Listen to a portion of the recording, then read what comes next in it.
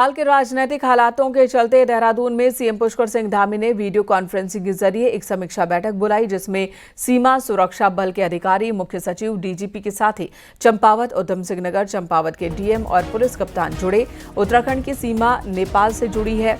वहां के उग्र आंदोलन की वजह से नेपाल की सीमा पर भारत के अंदर कोई गड़बड़ी ना हो, इसके लिए सतर्कता बढ़ा दी गई है।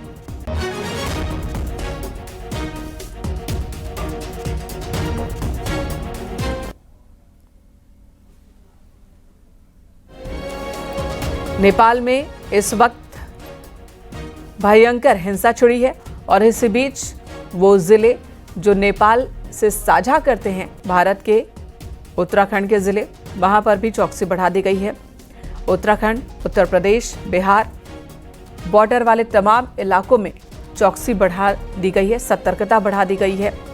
सीएम पुष्कर सिंह धामी ने कल मीटिंग बुलाई थी। नेपाल की स्थिति को देखते हुए उत्तराखंड में उठाए जाने वाले कदमों के निर्देश दिए गए थे, जहां पर ये निर्देश दिए गए कि जो भी लोग नेपाल आ जा रहे हैं उनकी सख्त चेकिंग की जाए, बहुत ज़रूरी होने पर ही बॉर्डर पार करने दिया जाए। खासकर भारतीय लोगों के लिए एडवाइजरी जारी की गई है कि वो नेपाल न जाएं। जो लोग नेपाल में मौजूद हैं उन्हें भी लौटने को कहा गया है।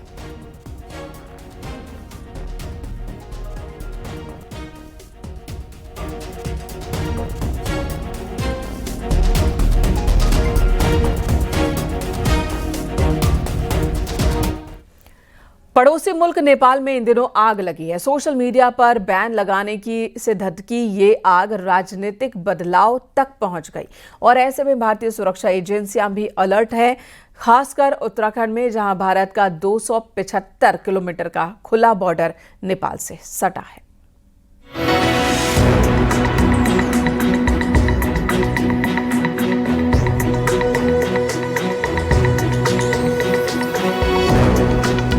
सोशल मीडिया पर रोक लगाने का फरमान नेपाल की ओली सरकार पर भारी पड़ गया।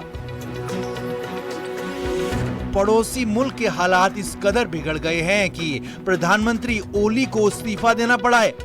नेपाल में जारी राजनीतिक उथल-पुथल को देखते हुए उत्तराखंड में सुरक्षा एजेंसियां पूरी तरह अलर्ट हो गई हैं। उत्तराखंड में भारत का नेपाल से 275 किलोमीटर का बॉर्डर सटा है।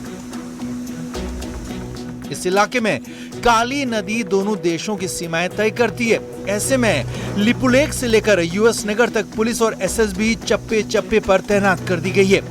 यही नहीं, खुफिया एजेंसियों को बॉर्डर पर अलर्ट मोड में रखा गया है। सुरक्षा के दृष्टिगत एसएसबी के साथ समन्वय स्थापित करते हुए थाना पुलिस द्वारा भी लगातार पुलों पर चेकिंग की जा रही है और इस पर जो भी इनपुट प्राप्त होंगे उस पर नियमानुसार हमारे द्वारा कार्रवाई की जाएगी।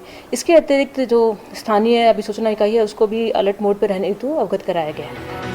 उत्तराखंड में भारत और नेपाल के बीच आवाजाही के दर्जन भर लीगल रास्ते हैं। बावजूद इसके कई अवैध रास्तों से भी घुसपैठ होती रही है।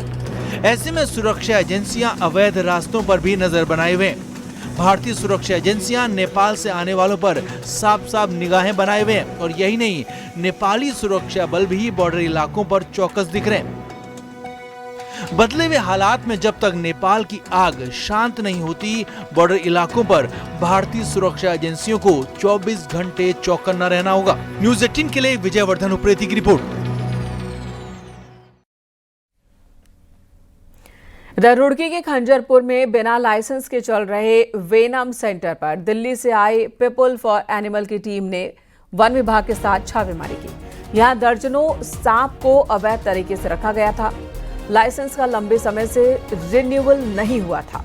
यहां सांपों का जहर भी स्टोर किया गया था और नियमों के खिलाफ वेनम सेंटर चलाया जा रहा था। वन विभाग की टीम सभी सांपों को अपने साथ ले गई। वहीं सेंटर का संचालक मौके पर नहीं था, सिर्फ केयरटेकर ही मिले हैं। फिलहाल वन विभाग की टीम जांच कर रही है।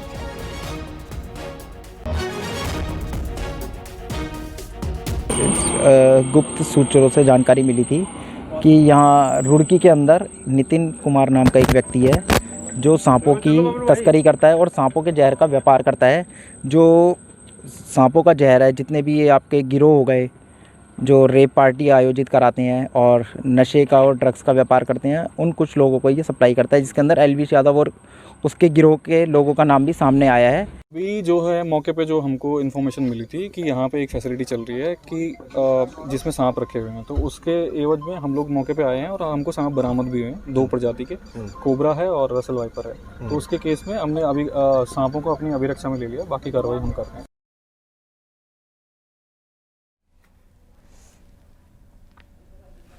हरिद्वार के शिवालिक नगर में अतिक्रमण के खिलाफ प्रशासन की कार्रवाई जारी है। एसडीएम जितेंद्र कुमार के नेतृत्व में पहुंची टीम ने शिवालिक नगर में गैस प्लांट तक अतिक्रमण के खिलाफ अभियान चलाया और इस दौरान जेसीबी मशीन से तमाम होटल्स, शोरूम और घरों के बाहर किए गए अतिक्रमण को ध्वस्त किया गया। बीएचईएल की जमीन पर हुए अतिक्रमण को लेकर पहले ही नोटिस दिया गया था, लेकिन कब्जाधारियों ने खुद कब्जे नहीं हटाए तो प्रशासन ने कार्रवाई की।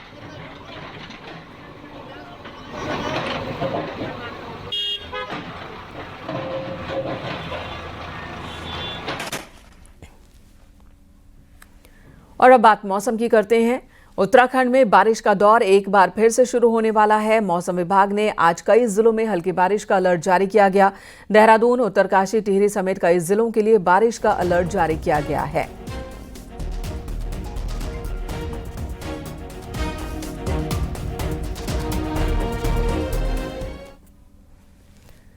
चमोली में बद्रीनाथ नेशनल हाईवे पर एक ट्रक फंस गया, जिसकी वजह से हाईवे पर जाम लग गया। बद्रीनाथ हाईवे पर टंगड़ी के पास ट्रक फंसा, जिसे निकालने की कोशिश चल रही है।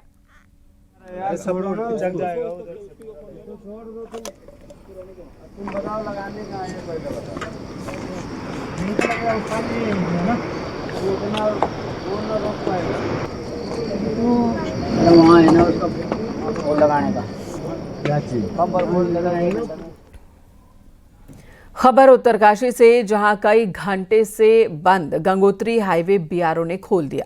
गंगोत्री हाईवे नालूपानी के पास मलबाने की वजह से बंद हो गया था। हाईवे खुलने से यात्रियों और स्थानीय लोगों ने राहत की सांस ली। वहीं गंगोत्री हाईवे हेलूगाड और डबरानी के पास भी खोल दिया गया है। इस तरह से गंगोत्री हाईवे पूरी तरह से अब सुचारू हो चुका है। हालांकि एक एक कर हाईवे से वाहनों को गुजारा जा रहा है। वहीं गंगोत्री हाईवे खुलने से धाम जाने वाले श्रद्धालु राहत की सांस ले रहे हैं।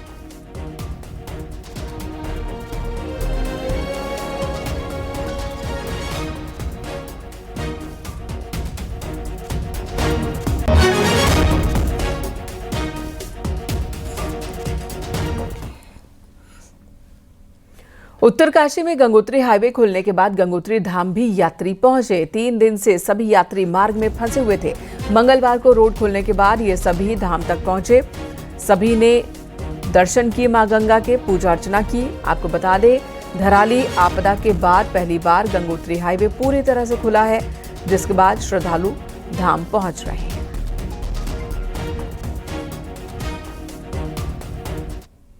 कहाँ से आए आप लोग? हम गुजरात से आए हैं। और कैसा लगा आपको यहाँ? बढ़िया है यहाँ। दर्शन कैसे हुए आप लोग? बढ़िया हुए दर्शन। आने में कोई तकलीफ कोई नहीं? तकलीफ नहीं, प्रशासन का बहुत सहयोग रहा। बहुत सहयोग रहा। बहुत सहयोग। लोग आ सकते हैं और आ सकते हैं।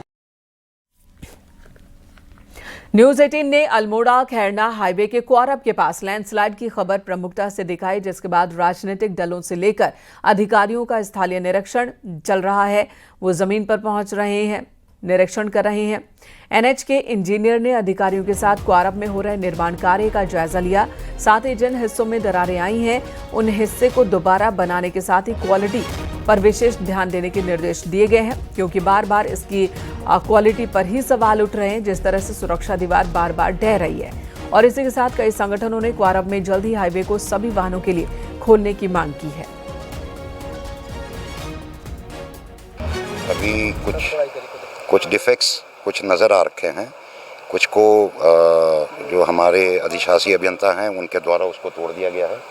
अभी इसका विस्तृत जो निरीक्षण है अभी वो गतिमान है, तो उसको देख के ही उसके बाद ही फिर एग्जैक्ट पता चलेगा।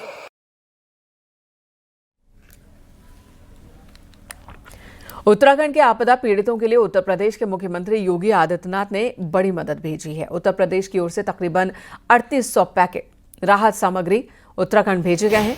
मंगलवार को उत्तर प्रदेश सरकार द्वारा भेजी गई राहत सामग्री 11 ट्रकों के जरिए हल्द्वानी पहुंची, जिसे यहां से उत्तराखंड के आपदाग्रस्त इलाकों में भेजा जाएगा।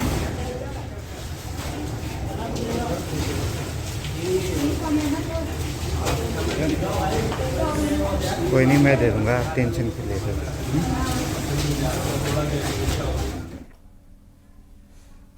कोटद्वार पहुंचे सैनिक कल्याण मंत्री गणेश जोशी ने यूपी के सीएम योगी आदित्यनाथ के बड़े भाई सूबेदार मेजर शैलेंद्र मोहन बिष्ट से मुलाकात की। सूबेदार मेजर शैलेंद्र मोहन बिष्ट इन दिनों कोटद्वार के आर्मी कैंप में तैनात हैं। शैलेंद्र मोहन ने गुलदस्ता देकर मंत्री गणेश जोशी का स्वागत किया और कैंप के बारे में जानकारी दी। इस दौरान सैन्य अधिकारियों और पूर्व सैनिकों की ओर से आर्मी की जमीन के इर्द गिर्द हो रहे अवैध अतिक्रमण को लेकर सैनिक कल्याण मंत्री के सामने चिंता जाहिर की गई, जिसका संज्ञान लिया उन्होंने। वहीं मामले में मंत्री गणेश जोशी ने स्थानीय प्रशासन को जल्द एक्शन लेने के निर्देश दिए।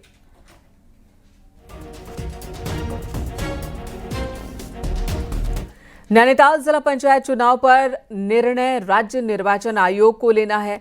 हाईकोर्ट में सुनवाई के दौरान आयोग के वकील ने कोर्ट को बताया कि इस मामले में 5 सितंबर को सुनवाई हो गई है और डीएम एसएसपी के साथ 5 तथाकथित किडनैप सदस्यों की सुनवाई कर ली गई है। अब इस मामले में आयोग ने फैसला सुरक्षित रखा है और 1-2 दिन में आदेश जारी हो जाएगा। राज्य निर्वाचन आयोग द्वारा कोर्ट से मांगे गए वक्त के बाद कोर्ट में अब 18 सितंबर को सुनवाई होगी।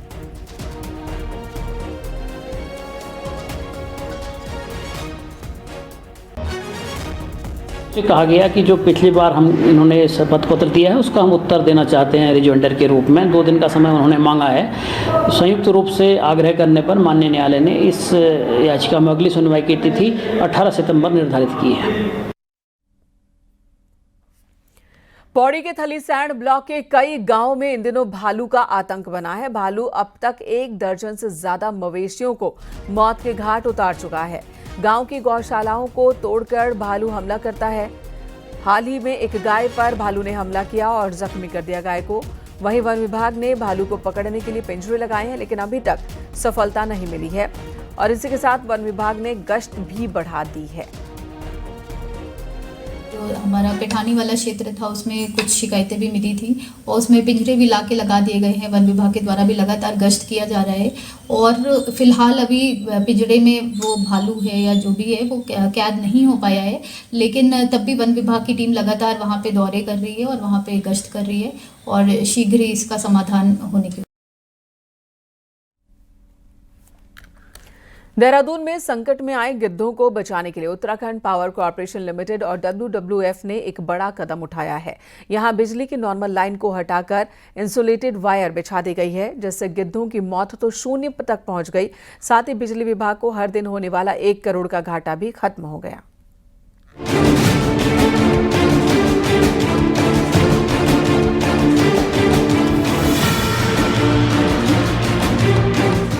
विकास नगर के छबरा इलाके में शीतला नदी के किनारे स्थित ये इलाका सालों से मृत पशुओं का डंपिंग यार्ड रहा है। यही वजह है कि ये जगह गिद्धों और शिकारी पक्षियों का पसंदीदा ठिकाना बन चुका है। WWF के कॉर्बेट और राजाजी पार्क में टैग किए गए गिद्ध भी यहाँ देखे गए, लेकिन पिछले कुछ सालों में यहाँ बड़ी संख्या में गिद्ध करंट की चपेट में आकर मरने लगे थे। WWF की एक रिसर्च के मुताबिक 2022 से 2024 के बीच सिर्फ इस इलाके में 30 से ज्यादा गिद्ध बिजली के तारों की चपेट में आकर करंट से मारे गए। इस गंभीर स्थिति को देखते हुए WWF और वन विभाग ने ऊर्जा निगम से बातचीत की। नतीजा, UPCL ने यहां 8 किलोमीटर दायरे में पूरी लाइन ही बदल डाली। यहां सामान्य बिजली के तारों को बदलकर इंसुलेटेड तार डाल दिए गए।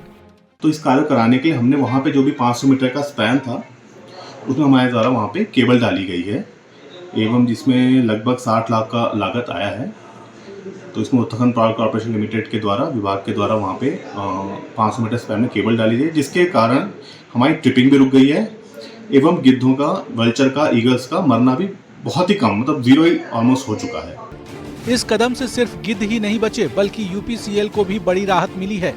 पहले जब गिद्ध टकराते थे तो बिजली लाइन ट्रिप हो जाती थी, जिससे 1 घंटे में करीब 50 लाख रुपए तक का नुकसान होता था। WWF के मुताबिक इंसुलेटेड वायर लगने के बाद अप्रैल 2025 से अब तक एक भी करंट की घटना नहीं घटी। और हमारी टीम ने लगातार मॉनिटरिंग करते हुए ये पाया कि अप्रैल 2025 के बाद से अब तक एक भी बिजली की तारों की वजह से मोर्टेलिटी या मृत्यु शिकारी पक्षियों की नहीं हुई है। इससे निश्चित रूप से इस पूरे क्षेत्र में जो वल्चर्स के साथ साथ और जो रैप्टर्स हैं उनके संरक्षण को बहुत बड़ी एक मदद मिलेगी। राजस्थान के बाद उत्तराखंड ऐसा दूसरा राज्य बन गया है जिसने पक्षियों को बचाने के लिए इतनी संवेदनशीलता दिखाई। ये एक उदाहरण है कि मंशा सही हो तो विकास और पर्यावरण संरक्षण साथ साथ चल सकते हैं। कुलदीप चौहान के साथ देहरादून से सुनील नौप्रभात की रिपोर्ट।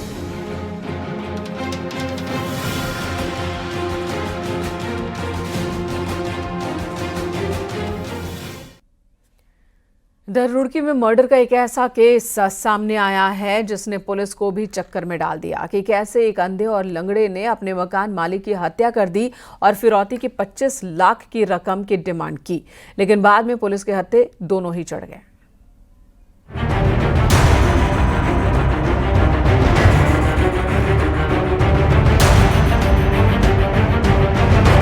अंधे और लंगड़े की दोस्ती की कहानियां तो आपने सुनी होंगी कि किस तरह लंगड़ा अपने अंधे दोस्त के कंधे पर बैठकर उसे रास्ता बताता चलता है। लेकिन रुड़की में एक अंधे और लंगड़े की दोस्ती ने क्राइम पेट्रोल देखकर ऐसी मर्डर की साजिश रची कि असली कातिल तक पहुंचने में पुलिस के भी पसीने छूट गए। दरअसल रुड़की के पिरान कलियर में 6 सितंबर से एक होटल व्यापारी का बेटा लापता चल रहा था, जिसकी शिकायत पुलिस से की गई थी। आरोपी ने पीड़ित पिता से 25 लाख की फिरौती भी मांगी। पुलिस ने भी मामले की गंभीरता को देखते हुए टीमें लगाईं, तो हैरान कर देने वाला खुलासा सामने आया। इसमें 2 व्यक्तियों को पकड़ा गया है और दोनों ही व्यक्तियों में से एक उन्हीं के यहाँ किराए का काम करता था जो अपाहिज भी है, उसका एक साथी जो आंख से कम देखता है। इन दोनों ने मिलकर ये पूरे घटनाक्रम को अंजाम दिया था और इसके पीछे जो क्राइम पेट्रोल को देख के ये पूरी योजना इनके द्वारा बनाई गई थी। दरअसल दोनों आरोपी लंबे समय से मृतक के ही घर में रह रहे थे। मृतक अनवर की उन्होंने घर में ही हत्या कर दी। हत्या कर अंधे और लंगड़े ने शव को बाइक से ठिकाने लगाने के लिए निकले, लेकिन बाइक रास्ते में ही पंक्चर हो गई तो ई रिक्शा किराए पर लिया और फिर शव को ठिकाने लगाया। मजे की बात यह है कि मृतक के ही फोन से उसके पिता को फिरौती के लिए मैसेज भेजे जा रहे थे। तो ये बात आपने सही कही, दोनों ही कम पढ़े लिखे हैं और दोनों ही मुख्य धारा से थोड़ा सा हटे हुए हैं। उसके बाद भी क्राइम पेट्रोल देख के उसके में जो मोडस ऑपरेंडी अभियुक्तों द्वारा उपयोग की जाती है उसी को इनके द्वारा फॉलो करने का प्रयास किया गया। पुलिस का कहना है कि अंधे और लंगड़े सिर्फ 5वीं तक ही पढ़े हैं, लेकिन क्राइम सीरियल देखकर मर्डर कर फिरौती मांगने का आइडिया आया। मोबाइल के सिम बदलने से लेकर दोनों आरोपियों ने फिरौती लेने की काफी कोशिश की, लेकिन पुलिस की मुस्तैदी के चलते मात्र 24 घंटे के अंदर ही दोनों आरोपियों को गिरफ्तार कर जेल भेज दिया गया। न्यूज़ 18 के लिए रुड़की से मनोज जुयाल की रिपोर्ट।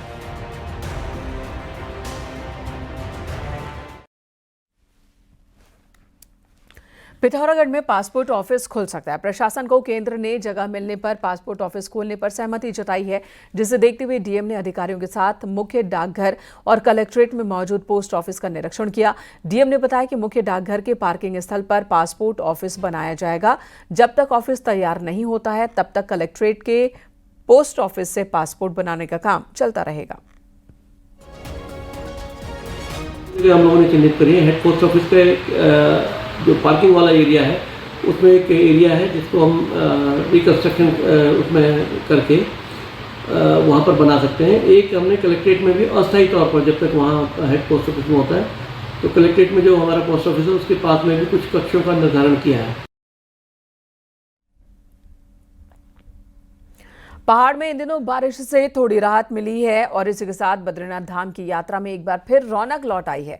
बद्री विशाल के दर्शन के लिए बड़ी संख्या में श्रद्धालु पहुंच रहे हैं, पितरों का श्राद्ध भी कर रहे हैं। बद्रीनाथ धाम में ब्रह्म कपाट पर लोग जाते हैं, पितरों को तर्पण देते हैं। वहीं हेमकुंड साहिब की यात्रा भी बढ़ गई है। भगवान बद्री विशाल की जो यात्रा है सुचारू रूप से प्रारंभ हो चुकी है। हमारी सड़कें अब सुचारू रूप से चालू हैं। आप किसी भी समय भगवान बद्री विशाल के दर्शन के लिए आ सकते हैं। आप यहाँ आकर के भगवान बद्री विशाल के दर्शन करके पुण्य लाभ अर्जित करें। बरसात तो कम हो गई है और श्रद्धालुओं का आवागमन बढ़ गया है। पितृपक्ष भी चल रहा है तो 13 लाख से ज़्यादा श्रद्धालु अभी तक श्री बद्रीनाथ धाम के दर्शन कर चुके हैं और हेमकुंड साहिब में भी 2.5 लाख से अधिक श्रद्धालु पहुँच चुके हैं। पहाड़ की 10 बड़ी खबरों पर नजर डालते हैं पहाड़ टॉप 10 में।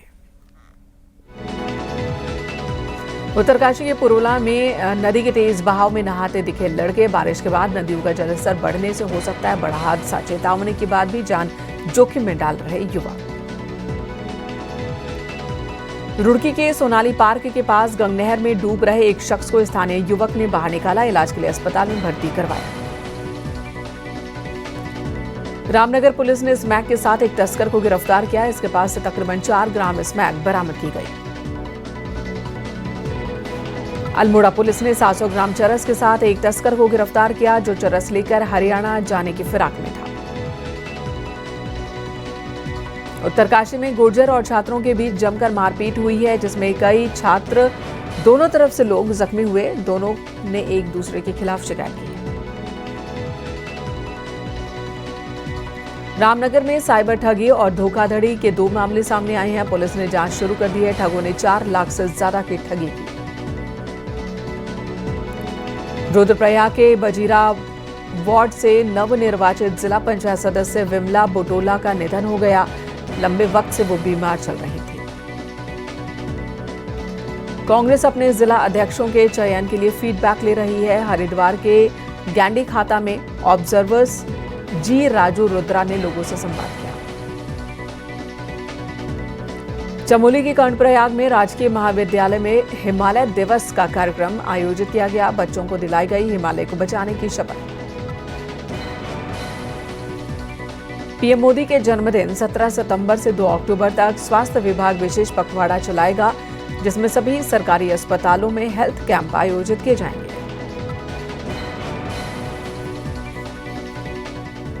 यहां रुकेंगे एक ब्रेक के लिए। खबरें ब्रेक के बाद भी जारी हैं।